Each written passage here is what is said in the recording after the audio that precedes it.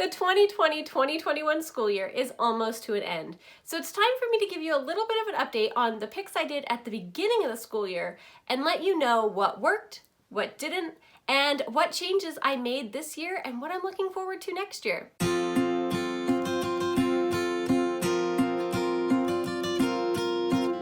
Hi, I'm Stacey with Kids Learning for Life.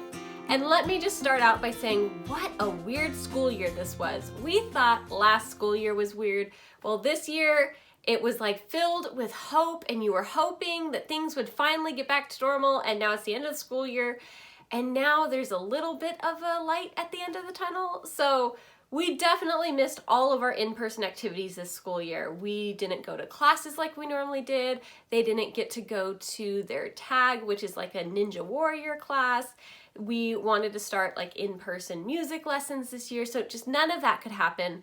And we are still here. We're still doing fine, but it was just a little bit of bummer that that was one part that we really lacked on this year. Again, not out of our control, but we will be super excited next year when all those in-person activities are open.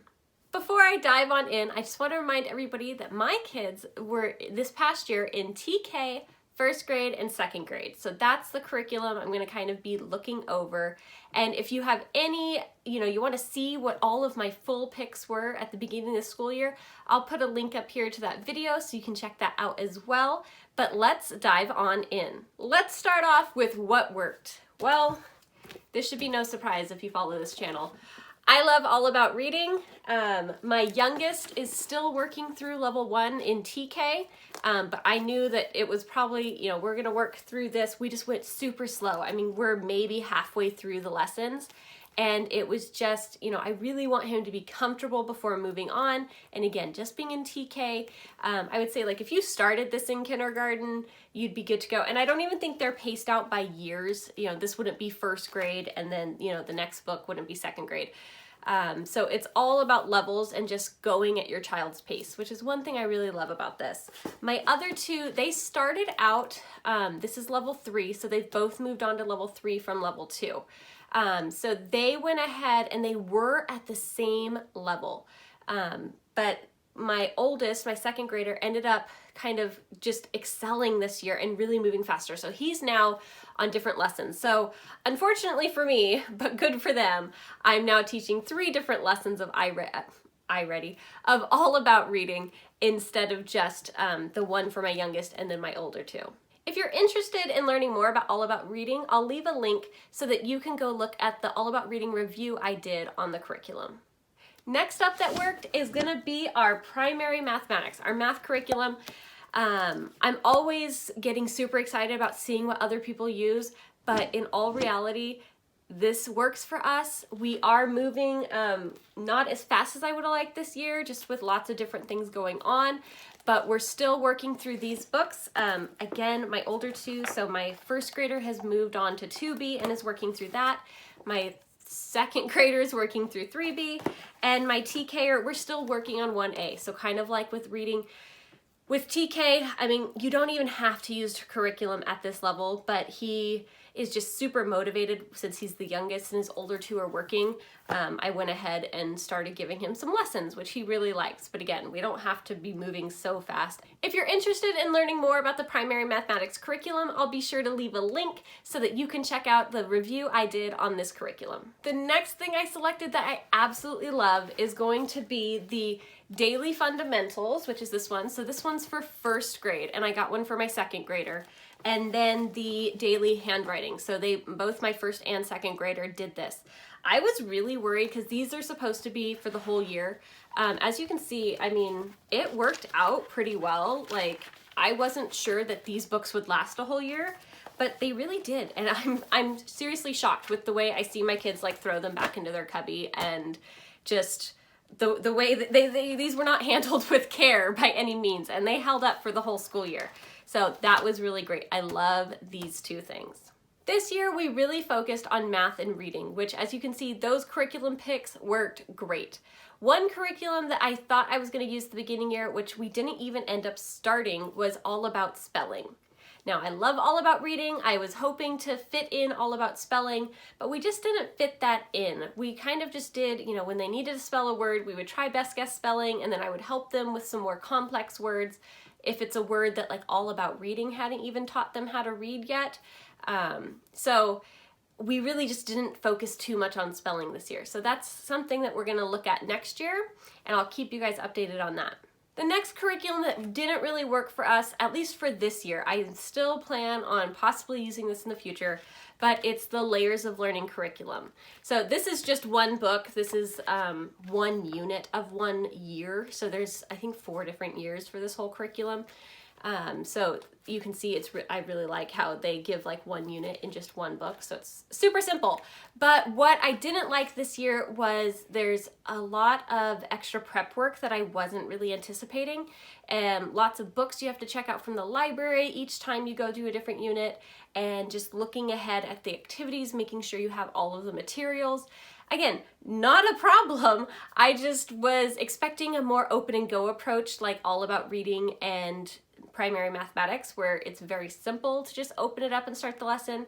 And this year we moved, we did a lot of crazy things happen this year, so I didn't have as much of the planning, especially for history and science, which we were able to find other ways to learn those topics instead of using the layers of learning. But I love that, if you don't know, this curriculum is family style, so it's actually meant to teach all of your kids the same lesson. So when you think about it like that, I can give 1 lesson to all 3 of my boys at the same time. So that's what drew me to this particular curriculum. But maybe in a future year, I'll come back to it. So just because Layers of Learning didn't work doesn't mean I wasn't teaching history and science. I did use Mystery Science, which I have a review of that if you want to see, and I used it kind of supplemental in addition to using some nature studies and some activities such as I love insect lore. We just did the caterpillar in a cup and the ladybug land, so they got to see the life cycle of these creatures, and then we got to let them go in our garden, so that was a lot of fun. And then with history, we use Studies Weekly, which is just a super simple, every week there's a different lesson, and you can go through it, and it basically just kind of checked the boxes for me this year. I knew these are the standards I need to teach, so we taught them. And there wasn't anything overly exciting about it. It was just making sure that they were being exposed to different topics. The next curriculum that I still absolutely love is called Good Morning Kindergarten. But this did not work out very well for me because it took a lot of printing, and like I said, I was very open and go friendly this year. Anything that was open and go, we could do it. Anything that took extra time for me to remember each month to print off things was too much. I mean, I was hardly trying to remember to pay my bills each month. So remembering to print off my kids' morning work was not working. So I ended up just getting off of Amazon the big kindergarten. This one, like, you know, we maybe did this a quarter of the way through, maybe halfway through. It's not lasting as well as the fundamentals were. But again, my TK is a lot harder on this book than my older 2 were. Again, it has a little bit of everything. It has some math and writing, and so again, just gave him something to do in the morning when his brothers were doing their morning work, and he really liked it. But I as long as he was attempting it all, that was what mattered for me. Another thing I mentioned in my beginning of the year video was using Aesop's Fables. So I got this book. It is beautiful. It's a Usborne? I think it's Usborne. An Usborne book, and it's just beautiful. And I had this idea of, oh, we're gonna do Fable Fridays. I'm gonna read a different fable, and we're gonna like do an in-depth like look at the fable. And we kind of just read this a few times for different stories throughout the year. But it did not become a full part of the curriculum like I was thinking at the beginning of the year. But let me know in the comments if you've been there with a curriculum, what curriculum it was where you had this grand idea and you knew you were gonna do it, and then you didn't end up doing it. Now that you've seen what worked and what didn't, some of the changes I already mentioned, like if I didn't use Layers of Learning, I switched it out with Mystery Science and Studies Weekly. But what are some other things that I added that I didn't mention at the first video? Well, because I'm with a charter school, they have a program called iReady, which is reading and math, and it's basically computer lessons. So the kids take a diagnostic at the beginning, and then based on how they do there, it will develop specific lessons for my kiddos to do. So I would have the kiddos go on and do iReady lessons a few times.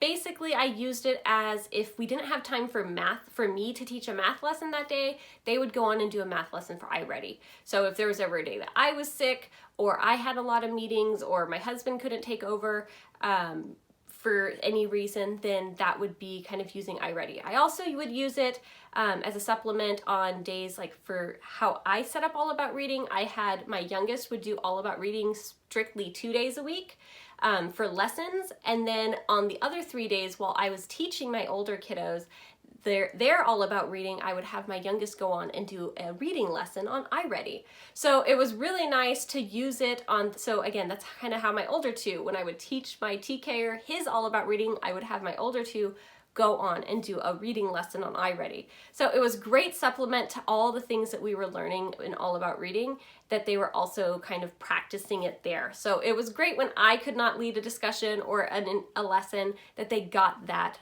from iReady. Another thing I added, which I already briefly mentioned, but is nature study. I kind of figured out nature study this year. I've always heard about it, and I didn't realize we were kind of secretly doing it without knowing it. But especially since we moved to a more rural area and we now have 5 acres, it has been so much fun to do nature study on our own property. If you're not sure what nature study is, I'll leave a link to the video Jenny and I did about this that kind of goes more in depth what we do. But it was just fun to be able to have the kids have some journals and just go out and explore and really ask those questions. So this is very child-led. They would find some sort of animal. We learned about a skink this year.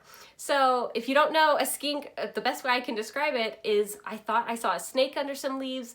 We ended up like figuring out it was a lizard, but it wasn't a lizard because it had like snake-like scales. So it basically kind of moves like a snake but has legs and is some sort of lizard. But so we were able to kind of do some research on it, and so just nature study kind of leads to that.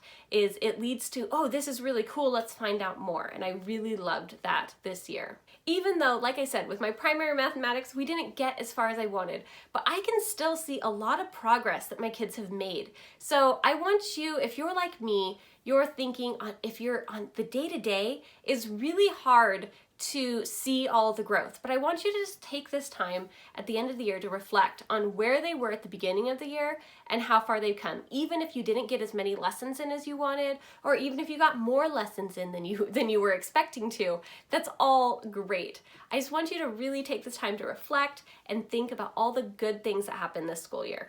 I know that for me personally, I will be taking this time to reflect on all of these, what worked, what didn't, and using all of that to plan for next year. So hopefully in a few weeks here, I'll be able to let you know what curriculum I've picked and everything like that. So if you haven't already, make sure you subscribe so that you can see that video when it comes out. What was one curriculum that really worked well for you this year? Let me know in the comments below. If you like this video, be sure to like and subscribe to get more homeschool content just like this. See you next time.